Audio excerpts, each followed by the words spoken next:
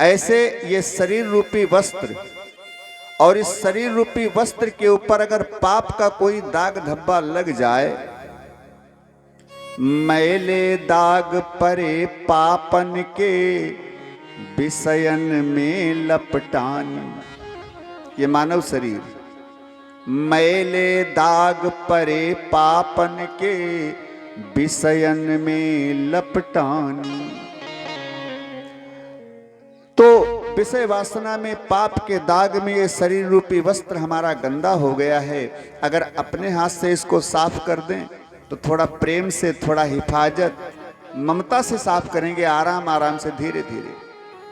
और अगर अपने हाथ से नहीं सफाई किया तो फिर इस वस्त्र को भगवान धोबी घाट पर भेज देंगे। धोबी घाट कौन है? कहा यमपुरी। वहां के सरदार हैं, मेन मालिक हैं यमराज, वहां के कार्यकर्ता हैं यमदूत, और वो इस शरीर रूपी वस्त्र की सफाई करेंगे।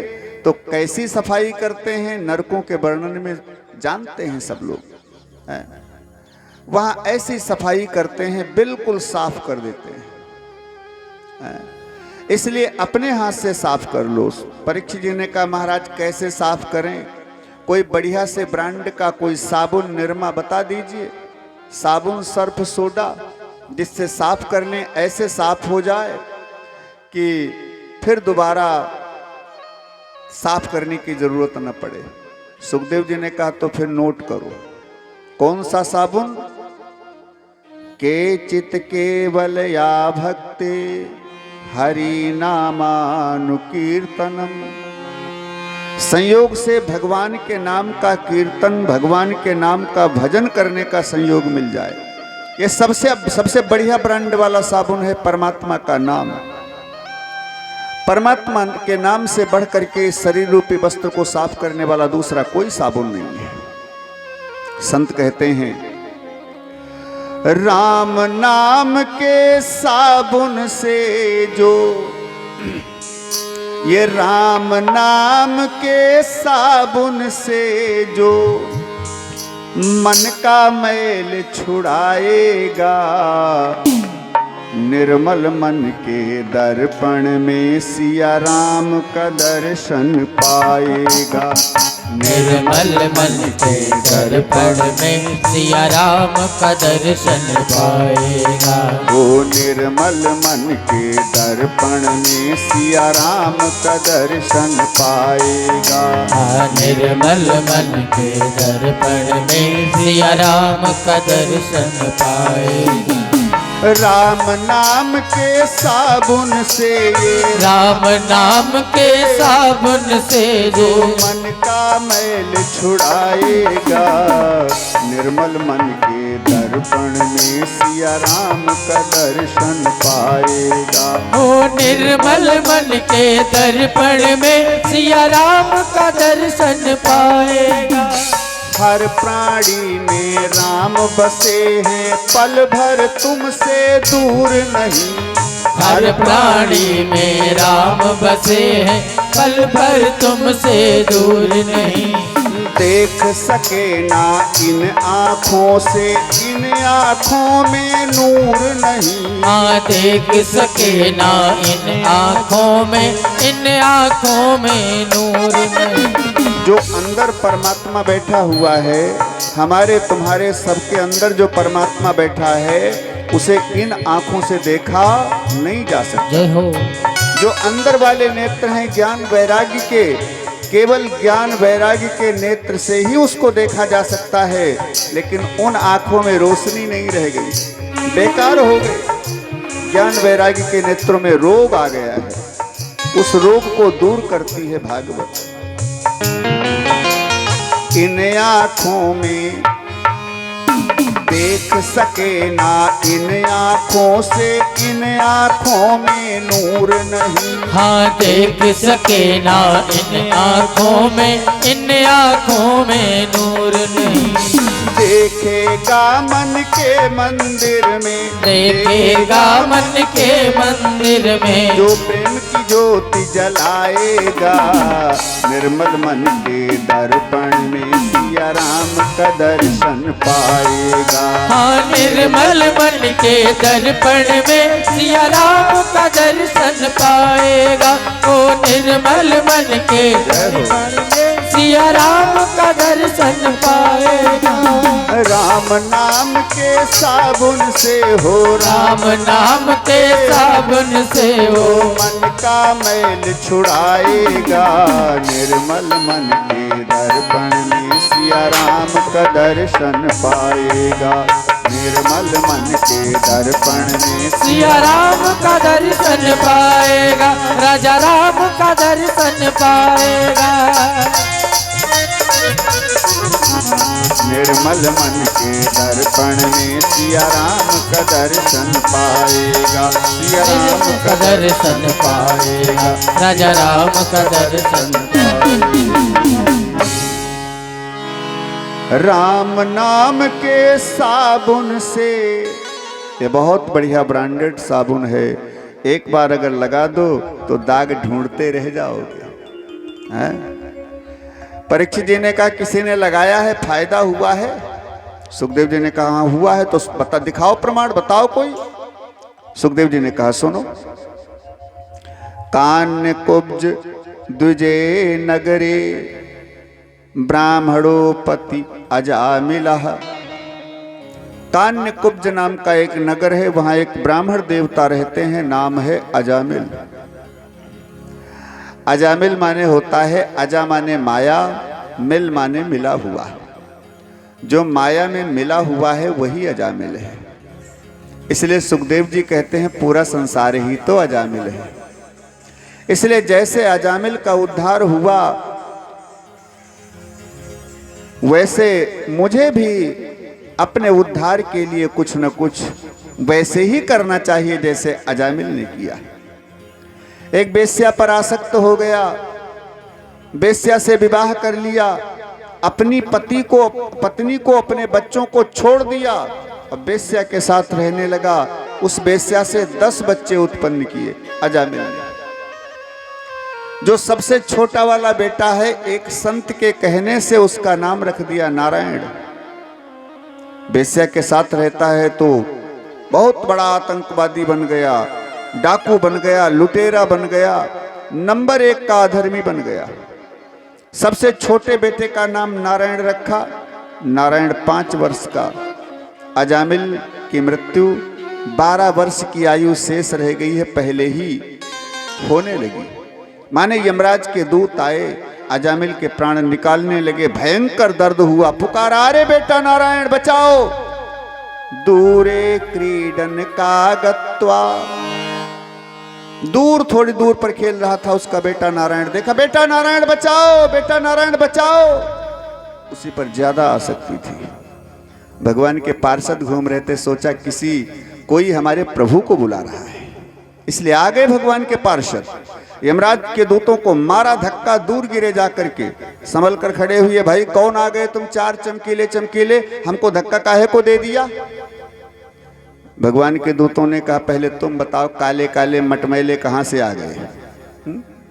अरे हमको नहीं जानते, हम यमराज के दूत हैं, यमदूत। अजामिल के प्राण लेने आए, हम पापियों के प्राण लेने जाते हैं। ये नंबर 1 का पापी, पूरा वारंट लेकर के आए हैं, तुम कैसे आ गए धक्का देने वाले? भगवान के पार्षदों ने कहा सुनो, पापियों के प्राण लेने के लिए जाना है। अभी सुना नहीं है इसने कितनी जोर से नारायण का नाम पुकारा? एक बार नारायण का नाम अगर मुख से निकल जाए तो करोड़ों जन्म के पाप भस्म हो जाते हैं। जन्म कोटि अघना सहु तब हूं। एक बार नाम लेने से करोड़ों जन्म के पाप नष्ट हो जाते हैं। अब ये पापी कहां रह गया? यमराज के दूतों ने कहा गलती कर रहे हो महाराज, ये तुम्हारे नारायण को तो जानता भी नहीं है, ये अपने बेटे नारायण को बुला रहा है। भगवान के दूतों ने कहा मान लिया तुम्हारी बात, लेकिन एक बात बताओ, इसके बेटे का नाम नारायण कब से पड़ा है? कहा 5 साल से। और हमारे नारायण का नाम कब से है? अनादिकाल से। अनादिकाल से जब सृष्टि नहीं हुई थी तो उन नारायण की नकल करके कोई भी अपना नाम नारायण रख दे तो क्या वो नारायण हो गया? नारायण के नाम का प्रभाव है, व्यक्ति का प्रभाव यहां नहीं है, हैं? अब उस नारायण के नाम को किसी भी प्रकार से गाओ, बेटे के ऊपर रखकर गाओ, गाली गलौज में भी नाम निकल जाए भूले से, हैं? बड़े आए राम जी के ताऊ बन करके, गाली गलौज में मारपीट में भी भगवान का नाम निकल जाए तो भी मंगल करता है। कहते हैं भाई को भाई अनखयालस हूं, नाम जपत मंगल दिशि दस हूं। भाव से जपो, कुभाव से जपो, अलसा करके जपो, लेटे लेटे जपो, चलते हुए जपो। भगवान का नाम किसी भी अवस्था में लिया जाए मंगल ही करता है। नाम जपत मंगल दिशि दस हूं। यहां नाम का प्रभाव है? जैसे माचिस की तीली एक है और कूड़े करकट का चाहे जितना बड़ा ढेर लगा हो, एक माचिस की तीली लगाओ, सारे संसार में कूड़े करकट का ढेर अगर इतना बड़ा ढेर लगा वो भी जलकर भस्म हो जाएगा, एक माचिस की तीली काफी है। ऐसे कितना भी पाप का पहाड़ लगा हो अंदर, भगवान का नाम ऐसा दाहकत्व शक्ति वाला है, एक बार लो कि सारे पाप भस्म हो जाते हैं। ऐसा पावन नाम इसने लिया है। फिर भी यमराज के दूत नहीं माने तो खूब पिटाई किया भगवान के पार्षदों ने, और यमराज वहां से, यमराज के दूत भाग गए। बाद में नारायण के दूत भी वहां से चले गए। अजामिल जिंदा हो गया। यमराज के दूतों की और नारायण के पार्षदों की सारी बात अजामिल ने सुन लिया।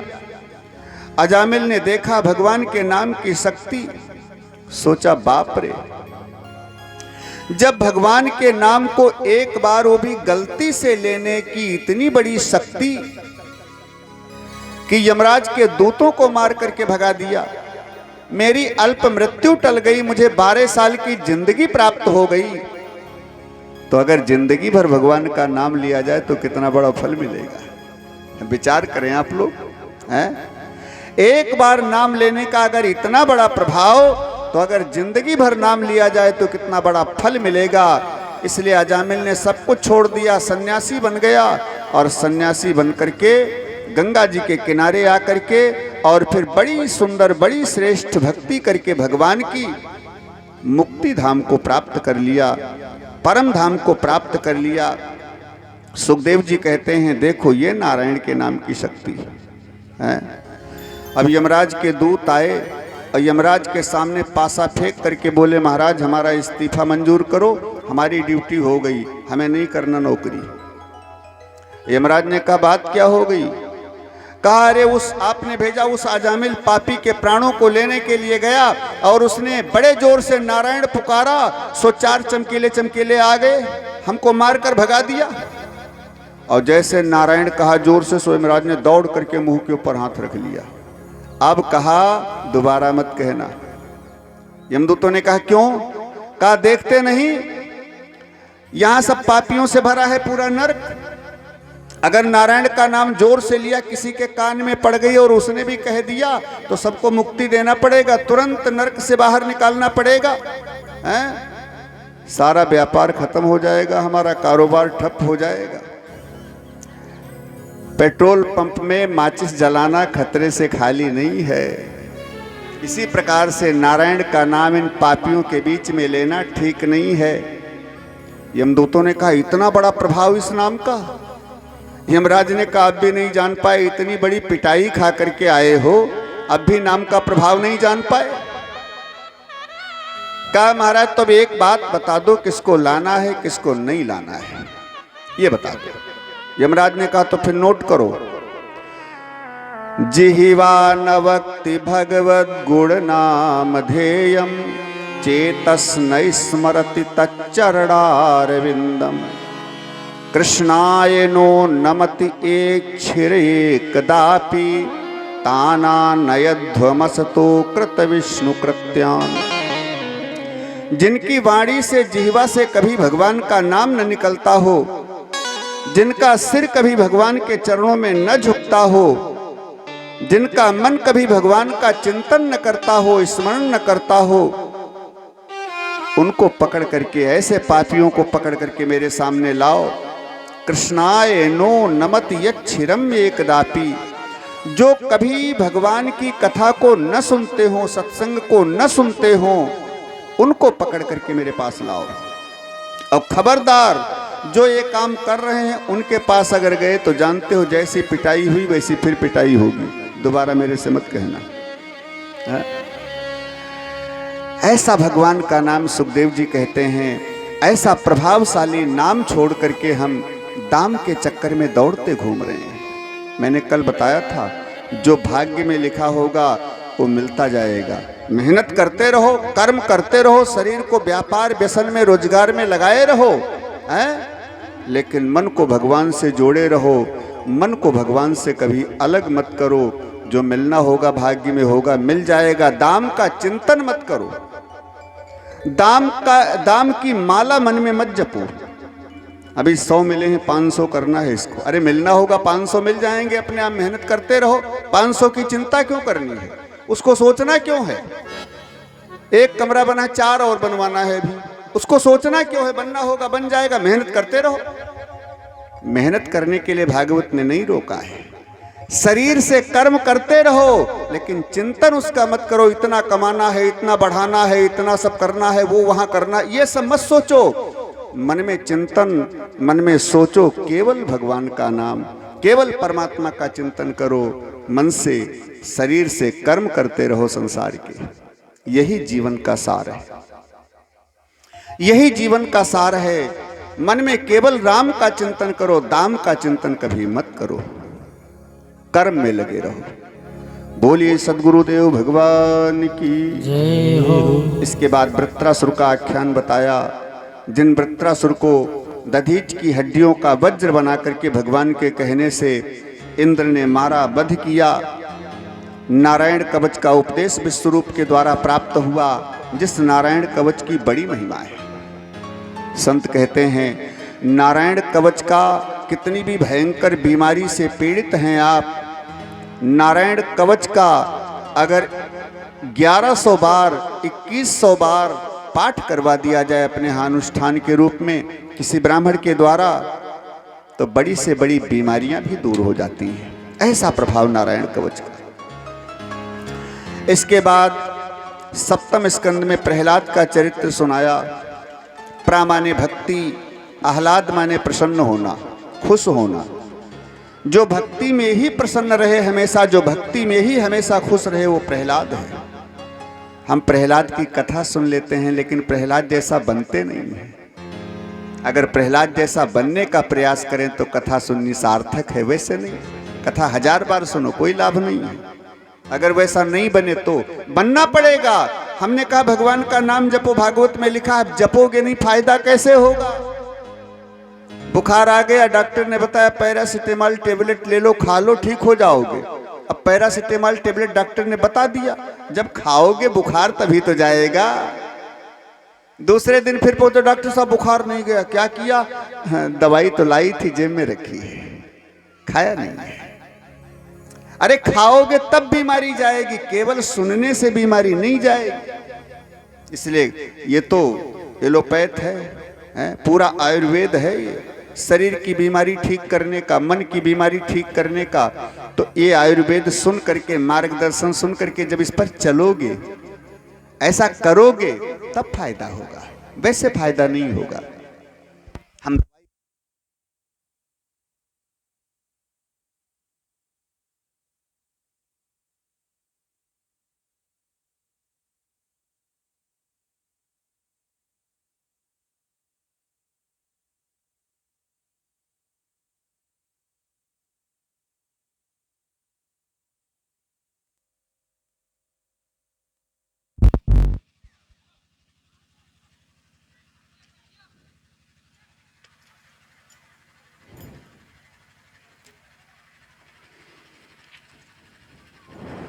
हरिओम।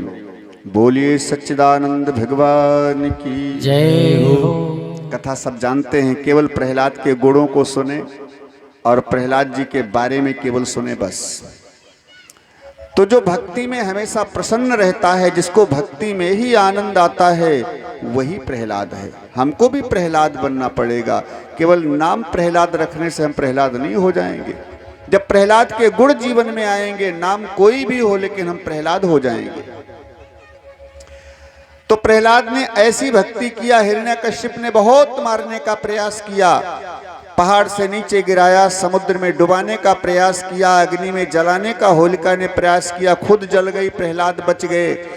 फांसी पर चढ़ाने का प्रयास किया लेकिन फंदा टूट गया, सर्पों के नीचे डलवाया, सर्प भी काटने से मना कर दिए, हाथी के नीचे रौंदवाया, कोई असर नहीं पड़ा, मारण मोहन करवाया, जब कुछ नहीं बिगाड़ पाया तब हिरण्यकश्यप ने खंभे से बंधवाया, तलवार लेकर के सामने आया और कहने लगा, बोल दुष्ट, तेरा ईश्वर कहाँ है? अब मैं तुझे नहीं छोड़ूंगा। प्रहलाद ने कहा, मेरा ईश्वर तुम्हें नहीं दिख रहा है, मेरे को दिख रहा, सर्वत्र है, ऐसी कोई जगह नहीं जहां मेरा ईश्वर न हो। कहा खंभे में भी, कहा इसमें भी बैठा है, मेरे को नहीं दिखाई पड़ा। प्रहलाद ने कहा, दृश्यते, मेरे को दिखाई पड़ रहा है। गुस्सा में आकर मारी गदा की चोट, खंभे के ऊपर खंभा टूट गया, भयंकर गड़गड़ाहट का शब्द हुआ, तीनों लोग उस शब्द से गुंजाए हो गए और भगवान नरसिंह प्रकट हो गए। बोले नरसिंह भगवान की जय हो। नरसिंह भगवान प्रकट हो गए, हिरण्यकश्यप को पकड़ लिया, युद्ध शुरू हो गया। अभी सूर्यास्त में थोड़ा समय था, जब तक सूर्यास्त नहीं होगा तब तक मरेगा नहीं हिरण्यकश्यप, इसलिए उतनी देर तक तो खेल खिलाते रहे, लड़ाई का नाटक करते रहे भगवान। जैसे गरुड़ और सांप का युद्ध होता है, ऐसे भगवान खेल खिलाते रहे। और जब सायंकाल का समय जैसे देखा सूर्यास्त हो चुका है, तुरंत हिरण्यकश्यप को पकड़ा, दबोचा और देहरी पर जाकर बैठ गए, गोदी में लिटा लिया, बड़े बड़े नाखून निकाले। हिरण्यकश्यप ने कहा, सुनो, मार नहीं सकते हो मेरे को, तुम चाहे जो भी हो मार नहीं सकते, क्योंकि ब्रह्मा जी ने मेरे को वरदान दिया है। अरे बड़े वरदान इसने मांगे थे, हैं? न ऊपर मरूं, न नीचे मरूं, न बाहर मरूं, न भीतर मरूं, न मनुष्य से मरूं, न पशु से मरूं, न किसी हथियार से मरूं, न ब्रह्मा जी की बनाई किसी सृष्टि के अंतर्गत मरूं, न ब्रह्मा जी के बनाए दिन महीना में मरूं। बहुत मांग लिया था। भगवान ने कहा, सारे वरदान पूरे कर दिया तुम्हारे। क्यों? इस समय न दिन है न रात है, सायंकाल है, गोधूली बेला, दिन और रात के बीच का टाइम। ये न दिन में है न रात में, न ऊपर है न नीचे है, गोद में लिटा लिया, न बाहर है न भीतर है, बीच देहरी पर है। भगवान ने कहा, सुनो, ब्रह्मा जी के बनाए भी हम नहीं हैं, निज इच्छा निर्मित तनु माया गुण गोपार। मैं अपनी इच्छा से अपने शरीर का निर्माण करता हूं, इसलिए ब्रह्मा जी ने मेरे को नहीं बनाया, मैंने ब्रह्मा जी को बनाया है, मेरा पुत्र है ब्रह्मा। इसलिए ब्रह्मा जी की सृष्टि के अंतर्गत भी मैं नहीं हूं, और न मैं मनुष्य हूं न पशु। बोलो मैं कौन हूं? ऊपर शेर और नीचे मनुष्य, मिक्स में है, पेवर में नहीं है। अब ब्रह्मा जी के बनाए दिन महीना में भी नहीं मारा। भगवान ने हिरण्यकश्यप को मारने के लिए एक स्पेशल महीना बनाया है, जिसको लोग कहते हैं पुरुषोत्तम मास, मल मास, अधिक मास। ये पुरुषोत्तम मास है। भगवान पुरुषोत्तम ने, भगवान नारायण ने इसको बनाया है स्वयं हिरण्यकश्यप को मारने के लिए। 13वां महीना, जो हर तीसरे साल आज भी आता है। अब की बार 2 सावन थे। ऐसे भगवान ने कहा, ये महीना ब्रह्मा जी का बनाया नहीं, मैंने तेरे लिए स्पेशल बनाया है, स्वयं बनाया है। और सुनो, किसी हथियार से न मरूं ऐसा वरदान था, इसलिए बड़े बड़े नाखून दिखाए, स्पेशल हथियार तेरे लिए बनवा करके लाया हूं, इसी से मारूंगा। और फिर लंबे लंबे नाखून से उसके पेट को विदीर्ण कर दिया। इतना क्रोध में भरे हैं नरसिंह, हाथों को निकाल करके माला बना करके पहन लिया, फिर भी क्रोध शांत नहीं हुआ। भयंकर गर्जना कर रहे हैं खड़े दरबार में, इतना ज्यादा क्रोध। मालूम पड़ता है इस क्रोध की ज्वाला से तीनों लोक नष्ट हो जाएंगे, जलकर भस्म हो जाएंगे। ब्रह्मा जी समस्त देवता आकाश में खड़े हैं, सामने आने की, स्तुति करने की हिम्मत नहीं पड़ रही है।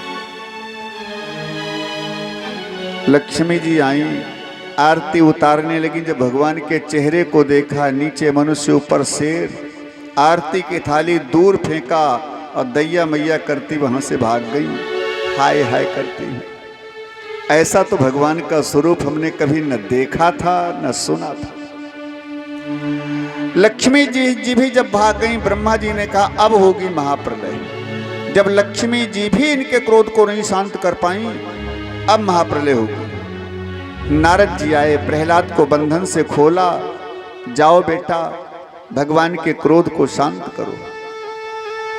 प्रहलाद आए, चरणों में गिर गए।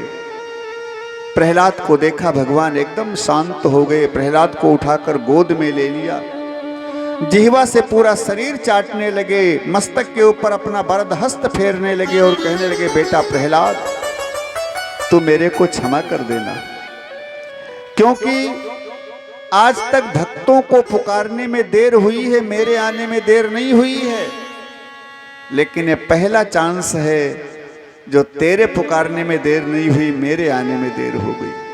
इसलिए बेटा मेरे को क्षमा करना तू।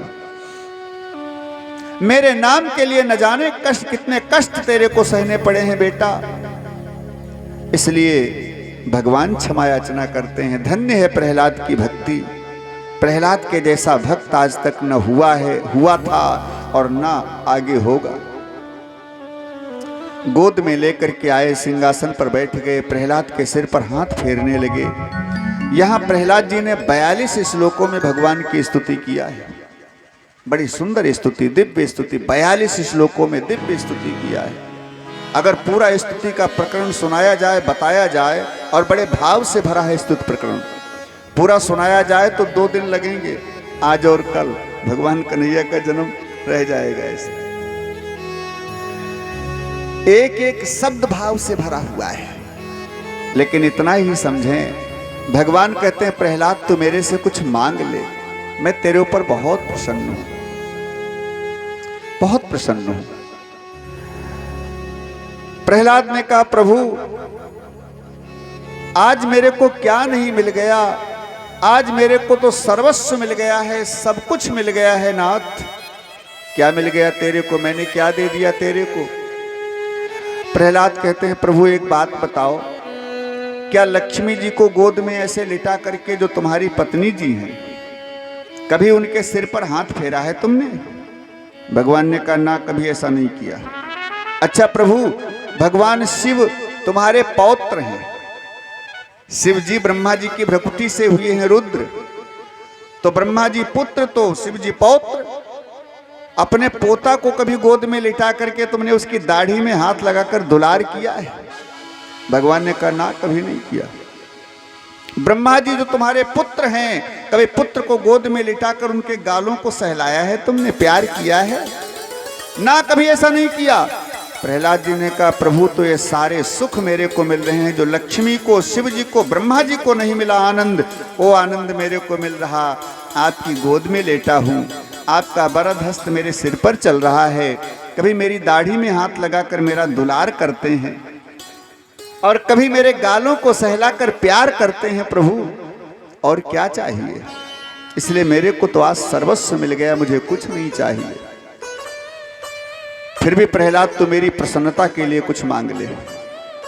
प्रहलाद ने कहा प्रभु अगर देना ही चाहते हो तो यही वरदान दे दो, यदि राशि समय कामानाम हृदय संदोह।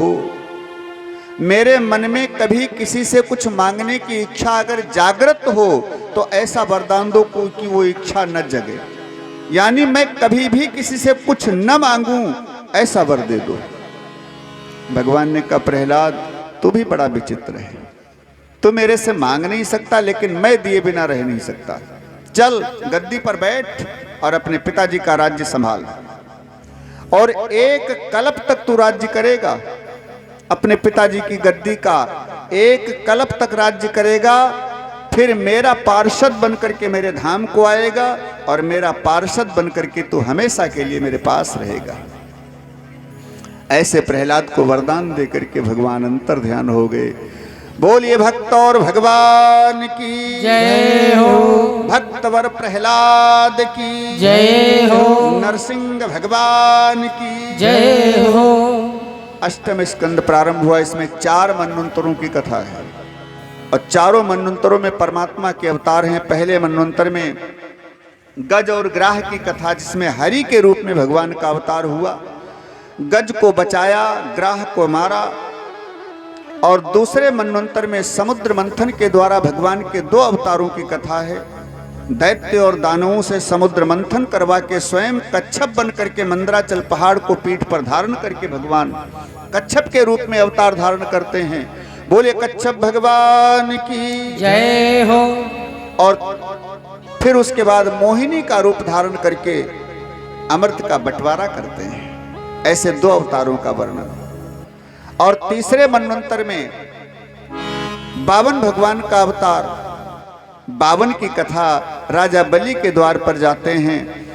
3 पैर में की भिक्षा मांगते हैं। 2 पैर में तीनों लोगों को नाप करके तीसरा पैर बाकी रह गया। बलि से कहा पूरा करो।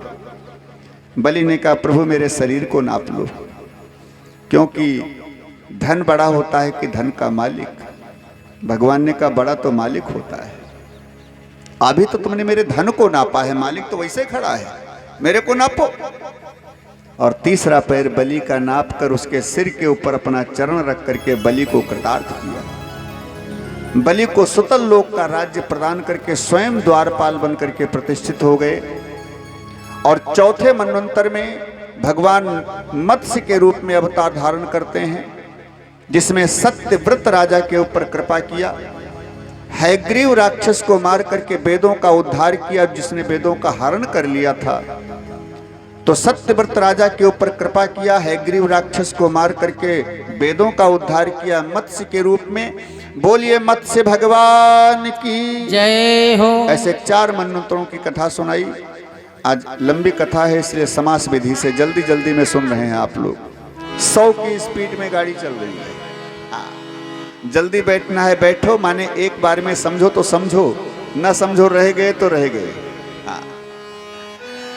बोलिए सच्चिदानंद भगवान की जय हो। फिर 9वें स्कंद में प्रवेश करते हैं। 9वें स्कंद में बड़े विस्तार ढंग से सूर्य वंश का वर्णन किया सुखदेव जी ने। और फिर कहते हैं इसी सूर्य वंश में भगवान श्री राम का अवतार हुआ। राम जी की कथा केवल 1.5 अध्याय में सुनाई है सुखदेव जी ने, केवल 1.5 अध्याय में। और भगवान कृष्ण की कथा पूरे 115 अध्याय में। 115 अध्याय में भगवान कृष्ण की कथा और राम की कथा केवल 1.5 अध्याय में। अच्छा, राम की कथा इतनी छोटी है क्या जो 1.5 अध्याय में? अरे कभी राम कथा कहने का अवसर मिलता है तो 9 दिन की कथा होती है राम जी की, और केवल वंदना प्रकरण में ही 3 दिन निकल जाते हैं। राम जी का विवाह ही हो पाता है 9 दिन में। इतनी विस्तार युक्त कथा राम जी की और 1.5 अध्याय में। तो किसी ने कहा इतनी शार्ट सुनानी थी तो न सुनाते, छोड़ देते। लेकिन कहा ना, राम जी की कृपा आवश्यक है। जब तक राम जी की कृपा जीव पर नहीं होती है, मर्यादा राम जी की जीवन में नहीं उतरती है, तब तक भगवान कृष्ण की कथा समझ में नहीं आती है। क्योंकि जैसे भगवान का शरीर टेढ़ा मेढ़ा, वैसे इनकी बात भी टेढ़ी मेढ़ी, वैसे इनकी लीला भी टेढ़ी मेढ़ी।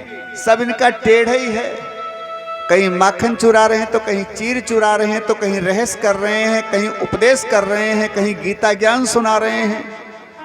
इनकी लीला को समझना बड़ा कठिन। कल से सुनेंगे भगवान कृष्ण की लीला, माखन चोरी क्यों किया, रहस्य लीला क्यों की। इनके भाव हैं, इनके भेद हैं।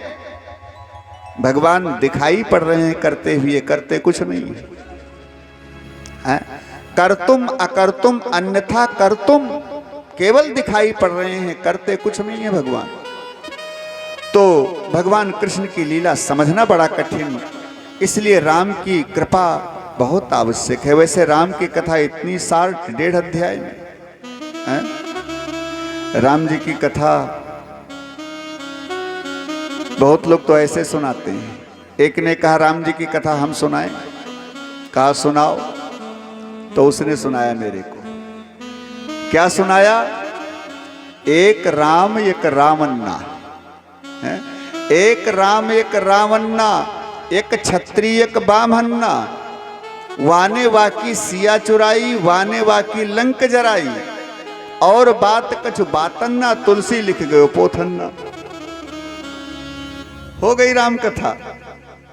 और राम कथा किया जाए तो कहने का भाव, पूरा साल कहते रहो फिर भी संपन्न न हो। तो केवल 1.5 अध्याय में राम जी का चरित्र, दशरथ जी के यहाँ 4 रूपों में राम जी का प्राकट्य हुआ। राम, लक्ष्मण, भरत, शत्रुघ्न के रूप में।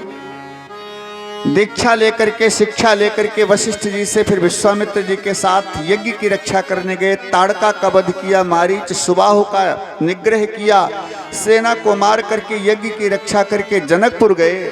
वहां जानकी जी से विवाह संपन्न किया, धनुष को तोड़ करके सारे राजों का मान मर्दन किया। जानकी जी को लेकर आए, 9 साल अयोध्या में रहे, फिर इनका वनवास हुआ 27 वर्ष की अवस्था में। 18 वर्ष की जानकी जी, 27 वर्ष के राम जी जब वनवास हुआ था। वनवास काल में जाकर केवट के ऊपर कृपा किया, निषाद के ऊपर कृपा किया, चित्रकूट में निवास किया। फिर भरत जी आए, इनको चरण पादुका दे करके भरत जी को कृतार्थ किया। चरण पादुकाओं ने सिंहासन पर आकर के 14 वर्ष राज्य किया। राम जी ने चित्रकूट की बड़ी सुंदर लीला किया। इसके बाद पंचवटी में आए, शूर्पणखा के नाक कान काटे, फिर जानकी जी का हरण हुआ, ढूंढते चले। शिवरी जटायु पर कृपा करते हुए ऋष्यमुख पर्वत पर बानर भालुओं से मित्रता हुई, सुग्रीव से मित्रता करके बाली का वध किया। जानकी जी की खोज हनुमान जी कर करके आए। बोलिए श्री हनुमान जी महाराज की जय हो। जानकी जी की खोज करके श्री हनुमान जी वापस आए। समुद्र में पुल बनाया गया, फिर रावण के ऊपर चढ़ाई, फिर पूरे वंश के साथ रावण का विनाश करके श्री राम जी अयोध्या आए। राम जी का राज तिलक हुआ। बोलिए श्री रामचंद्र महाराज की जय। राजा रामचंद्र भगवान की जय हो। आदौ राम तपोवनादिगमनं हत्वा मृगा कांचनम, वैदेही हरणं जटायुमरणं सुग्रीवं संभाषणं, बाली निर्दलनं समुद्रतरणं लंकापुरी दाहनं, पश्चाद रावण कुंभकर्ण हननम, एतद्धि रामायणम। हो गई रामायण। राम कथा के बाद अब चंद्रवंश का और यदुवंश का वर्णन करते हैं कि चंद्रवंश और यदुवंश कैसे प्रकट हुआ। देखो, भगवान नारायण के पुत्र ब्रह्मा, ब्रह्मा के पुत्र अत्रि, अत्रि के पुत्र चंद्रमा। ये चंद्रमा ऊपर वाले नहीं, चंद्रमा नाम के ऋषि थे। अत्रि के पुत्र चंद्रमा जो ब्रह्मा जी के अंश से उत्पन्न हुए हैं। चंद्रमा के पुत्र हुए बुध ऋषि, बुध ऋषि का पुत्र हुआ पुरुरवा। अरे बहुत बड़ा वंश है, कहां तक बताएं। इनकी कई पीढ़ी के बाद आगे चलकर एक राजा हुए जिनका नाम पड़ा यजात। यजात के 2 स्त्रियां हैं, शर्मिष्ठा और देवयानी। शर्मिष्ठा ब्रखपर्वा दैत्य की बेटी है, देवयानी शुक्राचार्य की बेटी है जो दैत्यों के गुरु जी हैं। देवयानी से 2 पुत्र हुए, शर्मिष्ठा से 3 पुत्र हुए। अनु, द्रुहु और पुरु, ये 3 पुत्र हुए शर्मिष्ठा से। यदु और तुर्वस, ये 2 पुत्र हुए देवयानी से, जिसमें पुरु से पुरुवंश चला और यदु से यदुवंश चला। यदु की कई पीढ़ी के बाद एक राजा हुए जिनका नाम पड़ा देवमीठ। देवमीठ के 2 पत्नियां, जिनमें एक पत्नी से 1 पुत्र हुआ जिसका नाम पड़ा सूरसेन। एक पत्नी से 2 पुत्र हुए जिनके नाम पड़े अर्जन्य पर्जन्य। सूरसेन के यहां 1 पुत्र हुआ जिसका नाम पड़ा वसुदेव। सब जानते हैं नाम वसुदेव।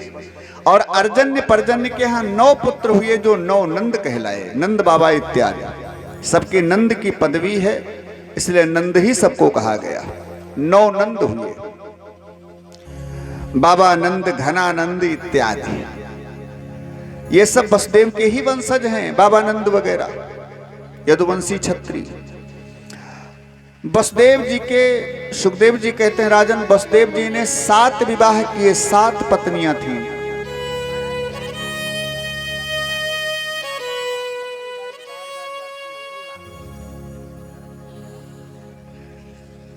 चलो भाई ठीक है, 2 मिनट के लिए बंद कर दो जनरेटर, लाइट आ गई है। चलो देख लेते हैं एक बार।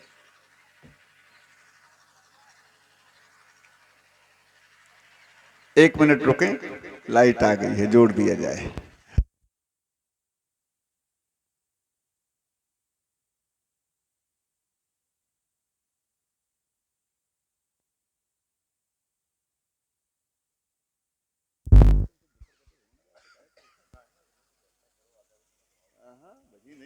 काम 4 बजे तक हुई नहीं, सब चल रहे हैं उसके अपने आप। हरिओम। अच्छा एक बार जोर से जयकारा लगाएं, बोलिए सच्चिदानंद भगवान की जय हो, बोलिए राधा कृष्ण भगवान की जय हो।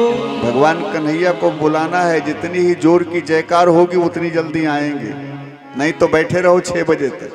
हाँ 6 बजे आएंगे, जल्दी बुलाना है तो जोर से जयकारा लगाओ, बोलिए राधा कृष्ण भगवान की जय हो। तो वसुदेव जी के 7 विवाह हुए, 7 पत्नियां हैं इनके, पौरवी, रोहिणी, भद्रा, मदिरा, रोचना, इला, देवकी, प्रमुखा, आसन, पत्नी आनक दुंदुभे। आनक दुंदुभी वसुदेव जी को ही कहा जाता है, क्योंकि जब इनका जन्म हुआ था तो आकाश में दुंदुभियां बजने लगी थी, इसलिए आनक दुंदुभी इनका नाम पड़ गया। कौन सी 7 पत्नियां हैं? पौरवी, रोहिणी, भद्रा, इला, मदिरा, रोचना, देवकी, ये 7 पत्नियां हैं। देवकी सबसे छोटी हैं, परीक्षित। देवकी के यहाँ 8 संतानें हुई,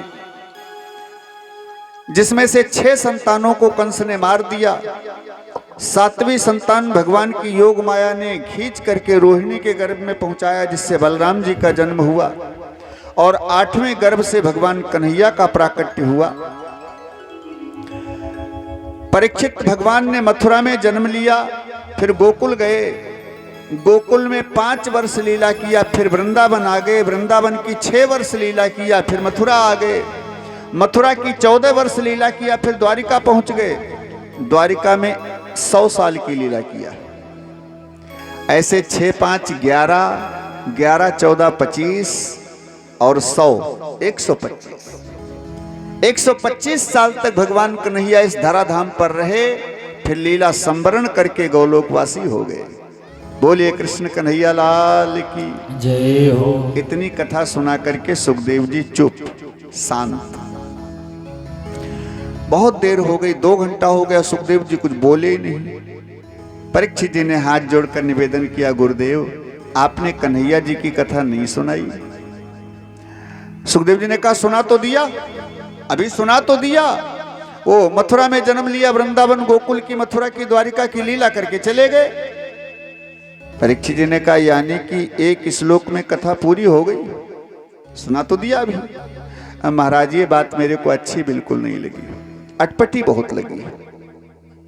कथितो वंश विस्तारो भवता सोम सूर्ययो राज्ञाम चोभय वंश्यानाम चरितम परमाद्भुतम। आपने सोम वंश, सूर्य वंश, चंद्र वंश सारी कथाएं सुनाई, किसी को विस्तार कर दिया, किसी को शार्ट कर दिया। मैंने एक बार भी नहीं कहा कि इसको थोड़ा और बढ़ाओ। क्यों? मेरे को विस्तार से भगवान कृष्ण की कथा सुननी थी। कितने बड़े उपकार हैं मेरे दादा लोगों पर भगवान कृष्ण के, उन्हीं की कृपा से महाभारत का युद्ध जीता। अरे उनकी बात छोड़ो, मेरे को देखो, आज मैं संसार में जिंदा बैठा हूं केवल कृष्ण की कृपा से, नहीं तो गर्भ के अंदर ही ब्रह्मास्त्र मेरे को नष्ट कर देता जला करके। भगवान कन्हैया की कृपा से आज मैं जीवित बैठा हूं। द्रोण्यस्त्र विपलुष्टमिदं मदंगम संतान बीजम कुरु पांडवानां जुगोपकुक्षिम गतयाप्त चक्रो मातुश्च मे या शरणं गताया। जब अश्वत्थामा के ब्रह्मास्त्र ने मेरे को जलाने का प्रयास किया तो भगवान गर्भ के अंदर आकर चक्र सुदर्शन से मेरी सुरक्षा किया और सुरक्षित मेरा जन्म संसार में हुआ। कृष्ण की कृपा से उनकी कथा में सार्ट सुनो प्रभु, ऐसा नहीं हो सकता, विस्तार से सुनाओ ना गुरुदेव। जब आग्रह किया तो सुखदेव जी बड़ा प्रसन्न हो गए। परीक्षित, तुम्हारे जैसा जिज्ञासु श्रोता अगर मिल जाए, कथा का प्रेमी श्रोता मिल जाए, तो 7 दिन क्या हम 7 महीना नॉन स्टॉप सुनाते रहेंगे ऐसे। लेकिन परीक्षित, आज 4 दिन हो गए कथा होते होते। यहां तो 6 घंटे कथा होती है केवल। 11 बजे से 4 बज जाते हैं, 4:30 बज जाते हैं। तो 5.5 घंटे, 5 घंटे, 6 घंटे कथा यहाँ होती है। और वहाँ जो कथा हो रही है वो नॉन स्टॉप, रात दिन लगातार कथा हो रही है, 1 सेकंड के लिए विश्राम नहीं है। और आज 4 दिन हो गए नॉन स्टॉप कथा होते। सुखदेव जी ने कहा, परीक्षित, एक ही आसन पर तुम बैठे हो, आसन भी नहीं बदला तुमने। एक ही आसन पर बैठे, न कुछ खाया है न जल पिया है। तुमको भूख लगी होगी, प्यास लगी होगी, 4 दिन हो गए। आज शरीर में दर्द शुरू हुआ होगा, इसलिए थोड़ा घूम टहल लो, कुछ खा पी लो, फिर आओ बैठो, मैं कथा सुनाऊंगा। तुम्हारे प्रेम को देखकर हम बड़ा गदगद हैं। अब परीक्षित जी का उत्तर सुने। परीक्षित जी कहते हैं, प्रभु, इस प्यास के कारण ही मेरी ये दुर्दशा हुई है। अब इसको भाव से समझेंगे। ये संसार की क्षुधा और तृष्णा जो है, यही जीव का पतन करती है। प्रभु, अगर मेरे प्यास न लगी होती, पानी पीने के लिए आश्रम में न गया होता, संत के गले में मरा सर्प न लपेटा होता, संत का अपमान न किया होता, तो शायद आज मेरी ये दुर्दशा न होती, सर्प के काटने वाली। मेरे को श्राप नहीं लगता नाथ, तो इस प्यास से ही मेरा पतन हो रहा है, जिससे बचाने के लिए आप आए हैं नाथ। इसलिए मैं प्यास से बहुत दूर हूं, मेरे को न प्यास लग रही न क्षुधा लग रही है। जाके लागी न क्षुधा पिपासा, वही सत्य को समझ पाता है प्रभु। इसलिए अब इस प्यास के चक्कर में मत फंसाओ। मेरे शरीर में बिल्कुल दर्द नहीं हो रहा, मेरी इच्छा तो हो रही है कि आपके मुख से निकली हुई वाणी का रस मेरे कानों में प्रवाहित होता रहे बराबर। एक कथा रूपी अमृत की गंगा मेरे कानों के द्वारा अंदर जाती रहे प्रभु। और कोई आशा नहीं है, बस यही केवल एक प्यास है, कथा का अमृत पीने की। नाथ सुनाओ ना। सुखदेव जी बड़ा गदगद हो गए। परीक्षित, मैं जरूर सुनाऊंगा। आपके जैसा अधिकारी श्रोता मिल जाए तो क्या कहना।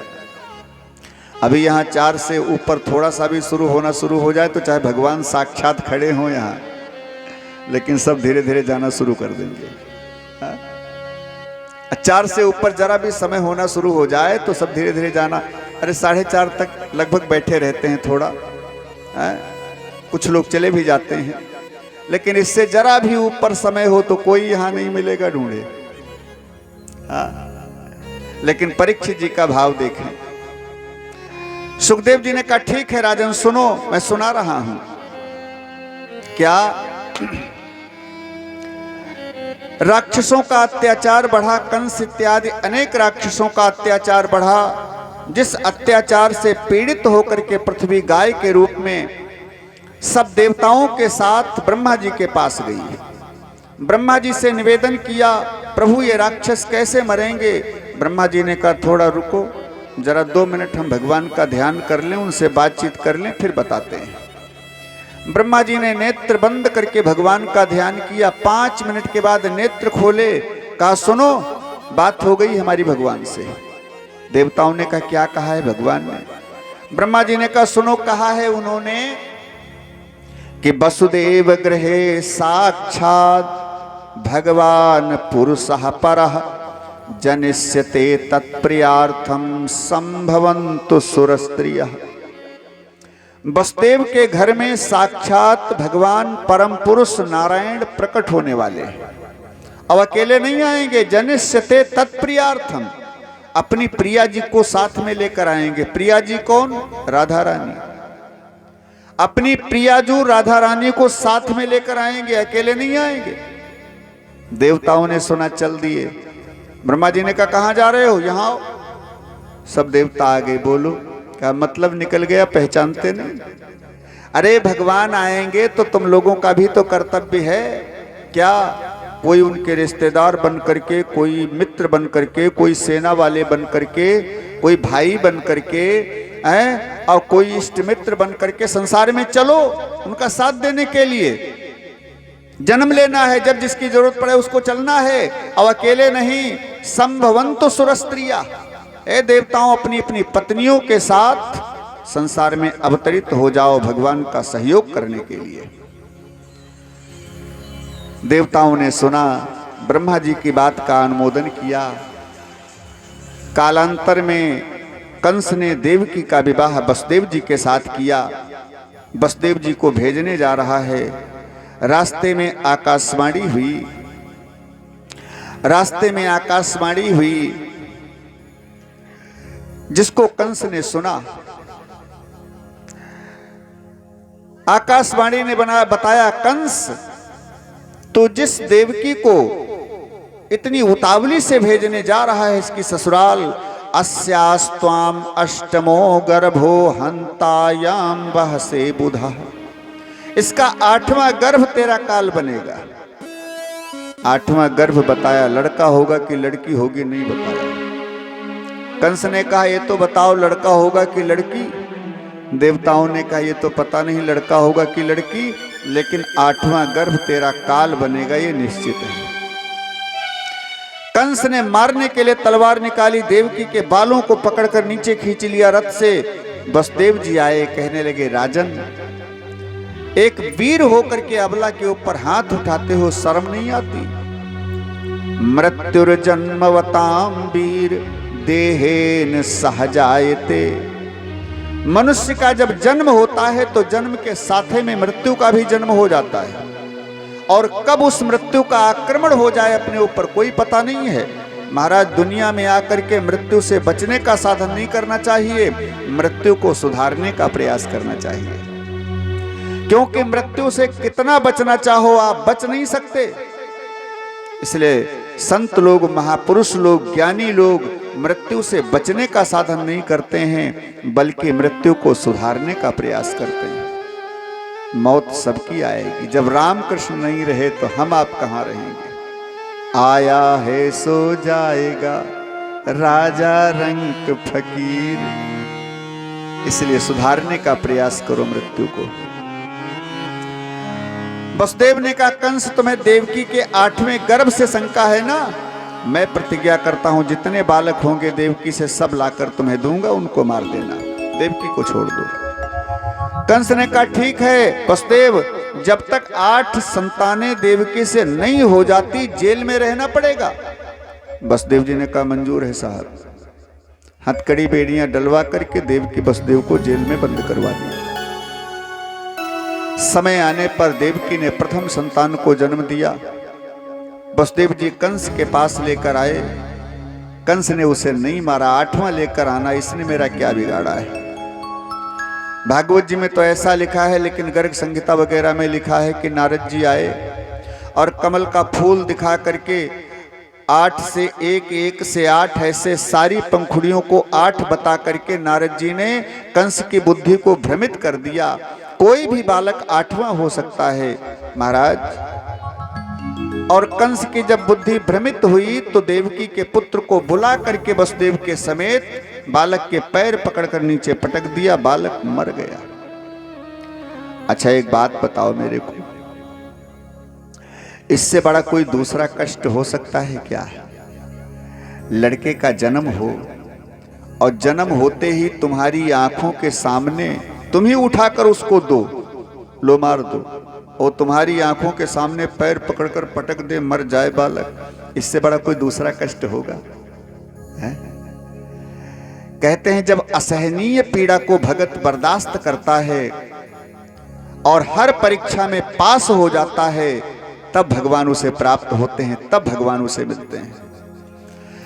असहनीय पीड़ा माने जिस पीड़ा से तुम बिल्कुल छटपटाओ, इतना छटपटाओ, बिल्कुल परेशान हो जाओ, हैं, जिंदगी को भी नष्ट करने के लिए तैयार हो जाओ, ऐसी भयंकर पीड़ा से ग्रसित हो जाओ, तब कभी भगवान मिलते हैं। हर परीक्षा में जब पास हो जाओ फिर भी भगवान के नाम का भजन करना न छोड़ो,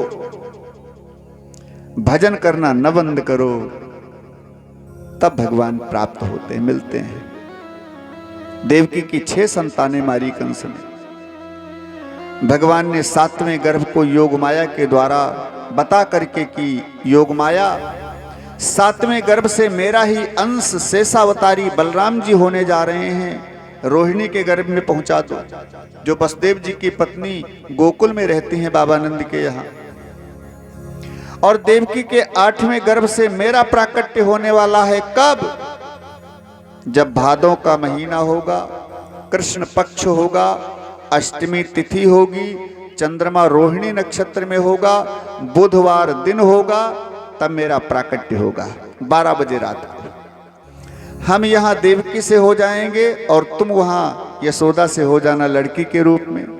फिर हम गोकुल आ जाएंगे, तो मथुरा आ जाना, कंस को मारने का साधन किया जाएगा।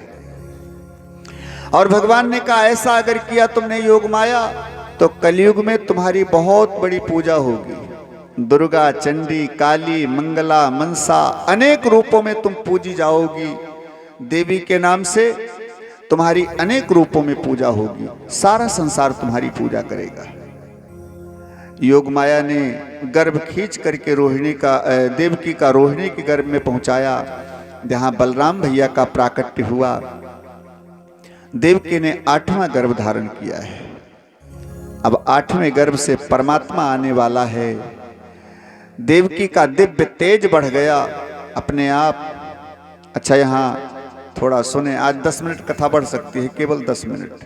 सब लोग शांति से बैठेंगे, केवल 10-15 मिनट कथा बढ़ सकती है। आज भगवान आने वाले हैं ना, इनके आने में थोड़ा विलंब लगता है। कुछ लोग कहते हैं कि क्या भगवान भी गर्भ के अंदर जाते हैं?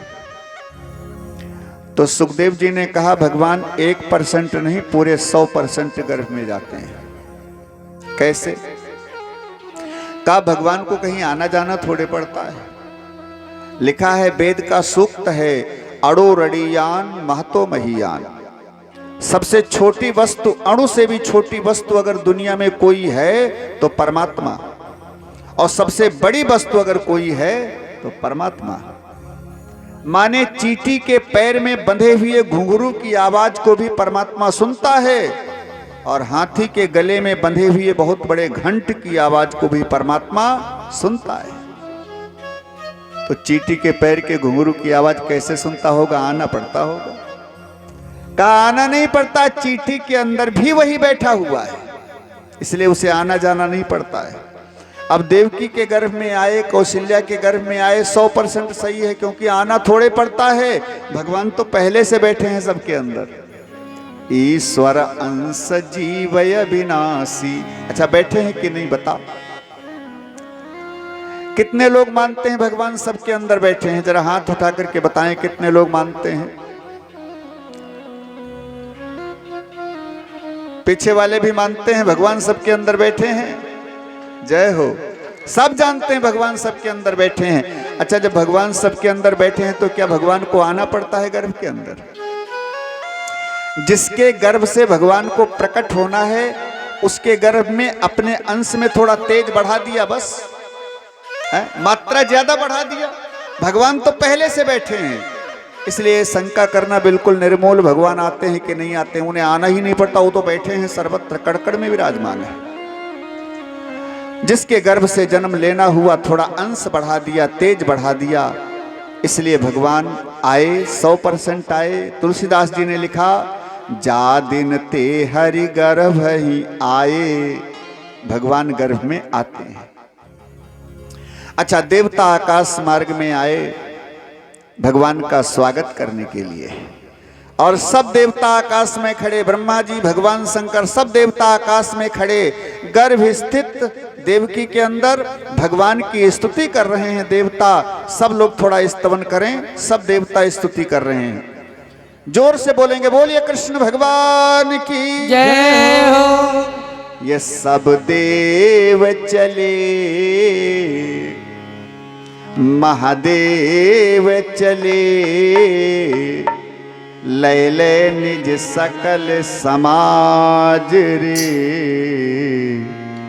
क्या आओ मोहन सांवरी, आओ मोहन सांवरिया। सब देव चले, महादेव चले, लैले फूलन के हार रे। आओ मोहन सांवरिया, आओ मोहन सांवरिया। जय हो।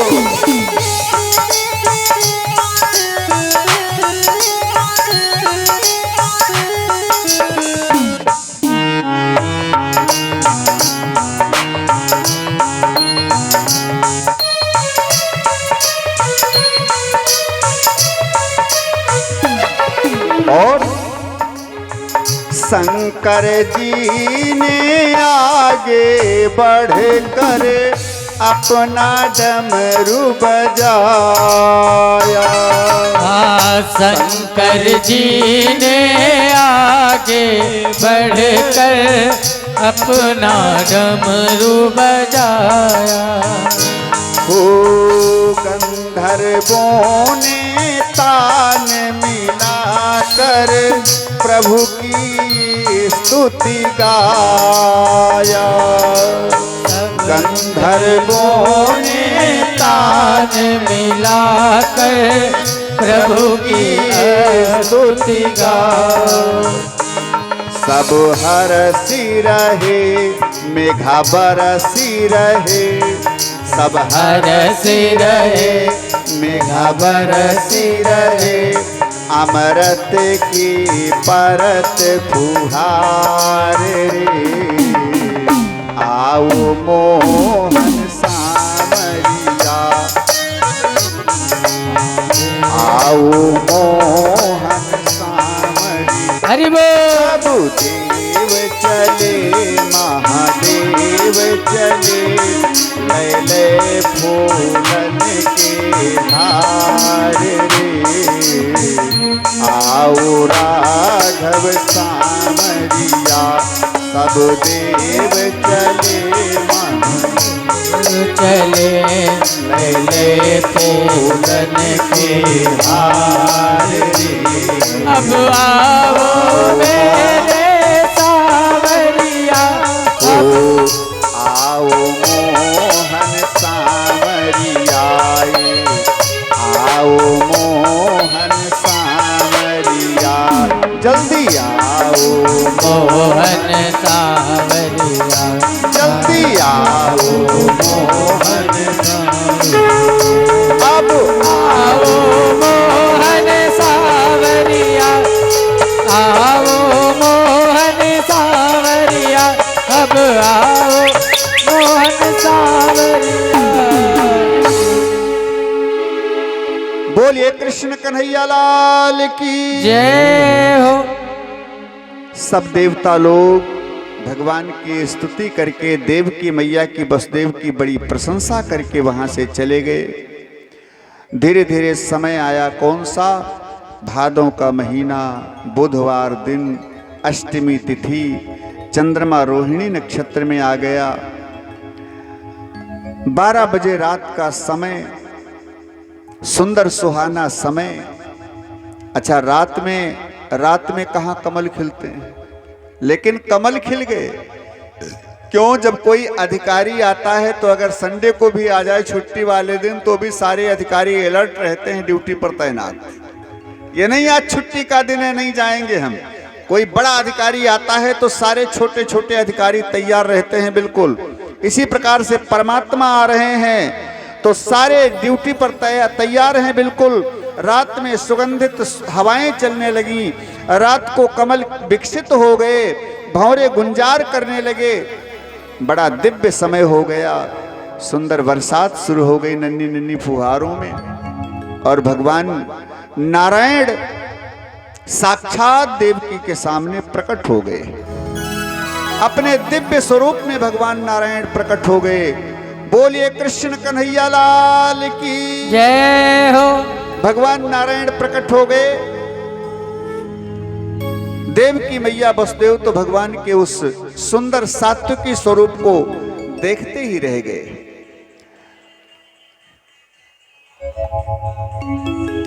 भगवान ने ही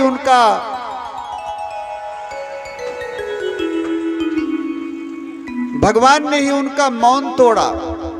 कहा माताजी ए पिताजी, स्वयंभू मनु के रूप में बड़ी सुंदर मेरी तपस्या किया, जिससे प्रसन्न होकर के मैंने वरदान दिया था, जिस वरदान के कारण आज मेरे को आना पड़ा है।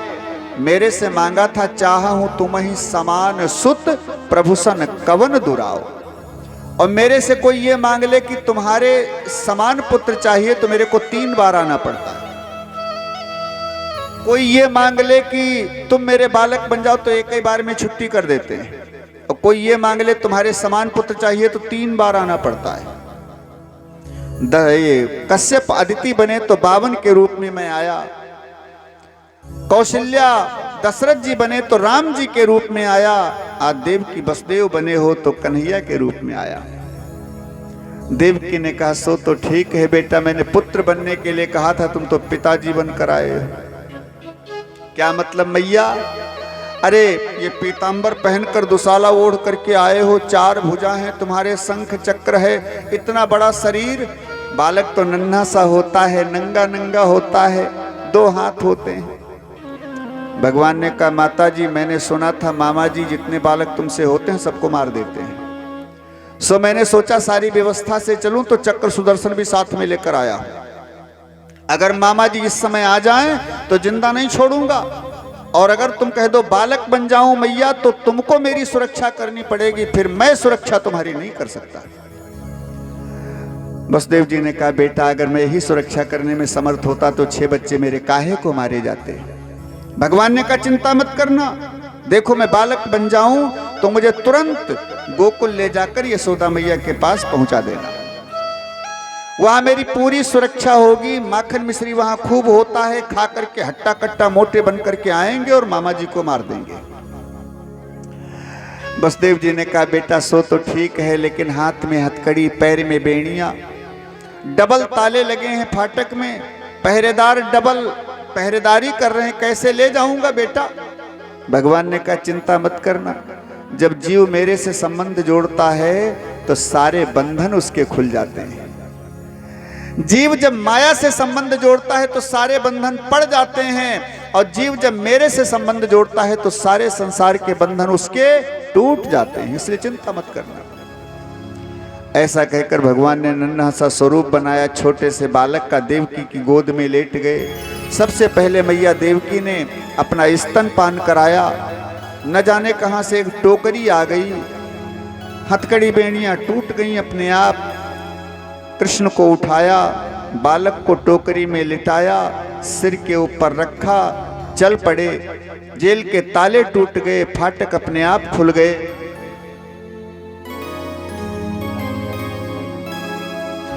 फाटक अपने आप खुल गए, पहरेदार गहरी निद्रा में सो गए, और वसुदेव जी लेकर के बाहर निकले, बाहर चले। फिर नन्ही नन्ही फुहारों में बरसात होती जा रही है। बलराम जी शेष जी बन करके आए, और शेष जी पीछे से फणों की छाया करके भगवान के ऊपर कहीं एक बूंद न पड़ जाए पीछे पीछे चलने लगे। यमुना के अंदर प्रवेश किया वसुदेव जी ने। यमुना जी तो भगवान को समझ करके ऊपर को बढ़ने लगी। आज इनको ऐसे नहीं जाने दूंगी बिना चरण छुए। भगवान ऊपर से बार बार इशारा करते हैं, देवी जी आज नहीं बढ़ना, बाद में छूना चरण। आज अगर बढ़ करके मेरे चरण छुए तो सिर के ऊपर बैठा हूं, पूरे पिताजी डूब जाएंगे, तभी तो छुओगी चरण, वैसे कैसे छुओगी।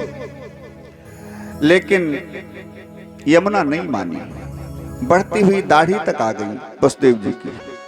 भगवान ने सोचा ये मानने वाली नहीं, सो पीछे से पैर लटका दिया। यमुना जी ने पैर छुआ, एक कमल का फूल भेंट किया और रास्ता दे दिया वसुदेव जी को। एक संत कहते हैं ऐसे रास्ता थोड़े दिया, जब बढ़ती हुई दाढ़ी तक आ गई तो भगवान ने पीछे से चरण लटका कर लंबा करके बड़ी जोर से चरण प्रहार किया यमुना के ऊपर और कहा, बावली दिखाई नहीं पड़ता, ससुर जी की दाढ़ी छूती चली आ रही है। अच्छा एक बात समझें, भगवान कृष्ण की पत्नी है यमुना, आगे सुनेंगे कथा में। कालिंदी यमुना मैया भगवान कृष्ण की पत्नी है, तो जब कृष्ण की पत्नी यमुना तो वसुदेव जी कौन हुए रिश्ते में? ससुर जी। भगवान ने कहा बावली दिखाई नहीं पड़ता, ससुर जी की दाढ़ी छूती चली आ रही, शर्म नहीं आती तेरे को? और जब धक्का दिया बड़ी जोर से लात तुम्हारी तो यमुना जी को होश आया, ओ हो गलती हो गई। सो भगवान को प्रणाम किया, गलती क्षमा करें प्रभु, और घूंघट खींच करके मारे लाज के वहां से शर्मा करके चली गई। यमुना जी ने रास्ता दे दिया, भगवान कृष्ण को लेकर के गोकुल आए वसुदेव जी के घर। यहाँ पर यशोदा जी गहरी नींद में सो रही हैं, कन्हैया को लिटा दिया, तुरंत की जन्मी कन्या को उठाया, वसुदेव जी लेकर जेल के अंदर आए, सारे बंधन पुनः पड़ गए। कन्या देवकी की गोद में पहुंची, रोने लगी। पहरेदारों ने जाकर कंस को सूचना बताई, कंस नंगी तलवार लेकर हाथ में आया और कन्या के पैर पकड़ करके नीचे पटकना चाहा, लेकिन कन्या हाथ से छूटकर अष्टभुजी दुर्गा बन करके आकाश में जाकर बोली, पापी तू मेरे को क्या मारेगा? तेरे मारने वाला इसी ब्रजमंडल में कहीं हो चुका है। कहाँ हो चुका देवी जी, कौन से गांव में? ये तो नहीं बताऊंगी, किसी गांव में हो चुका है ये तुम पता लगाओ। और इतना कह करके वो योगमाया वहां से चली और विंध्याचल पहाड़ के ऊपर जाकर के विंध्यवासिनी मैया के नाम से प्रतिष्ठित हो गई। आज भी विंध्याचल पहाड़ के ऊपर विंध्यवासिनी मैया प्रतिष्ठित हैं, जो भगवान की योग माया है। जो भी दर्शन करने जाते हैं उनकी कामना पूर्ण होती है। परम पावनी विंध्यवासिनी मैया, बोले विंध्यवासिनी मैया की जय हो। ये डिस्ट्रिक्ट विंध्याचल में विंध्याचल पहाड़ के ऊपर स्थित है माता जी। इधर गोकुल में भगवान कृष्ण के जन्म का उत्सव मनाया जा रहा है, भव्य उत्सव।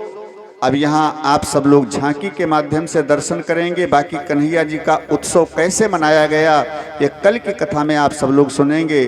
कल की बड़ी सुंदर दिव्य लीला, बाल लीला भगवान कृष्ण की, जो सब लोग प्रारंभ से ही सुनने के लिए आएंगे 11 बजे से। बड़ी दिव्य लीला कृष्ण की जन्मोत्सव की सुनेंगे सब लोग। आज झांकी के माध्यम से आप सब लोग देखें वसुदेव जी कैसे गोकुल लेकर जाते हैं और कैसे उनके उत्सव का आनंद मनाया जाता है, कैसे भगवान कृष्ण की बधाई होती है।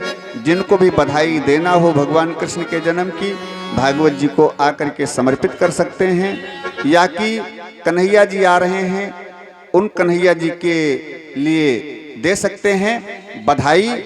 और सभी लोग भगवान कृष्ण के जन्म का उत्सव झांकी के माध्यम से देखेंगे। और एक बात बताऊं, हमारी ये कथा YouTube चैनल के माध्यम से चल रही है। जिस कथा को मैं अपने YouTube पर नित्य डालता हूं, और भी पीछे की कथाएं सुन सकते हैं। यहाँ की भी कथा आप खूब घर बैठे सुने प्रेम से। रोज की कथा कल तक की डाल दिया, आज की फिर डालूंगा। तो सुरतर पंडित दिनेश जी महाराज के नाम से हमारा चैनल चलता है। सुरतर पंडित दिनेश जी महाराज के नाम से YouTube चैनल चलता है। जिसको भी ये कथा बाद में सुननी हो YouTube सर्च करके सुन सकते हैं। ज़्यादा से ज़्यादा कथा को सुनें और ज़्यादा से ज़्यादा सब्सक्राइब करें, लाइक करें, जिससे कि सारी कथाएं हमारी सुनने को प्राप्त हों आप लोगों को। YouTube चैनल को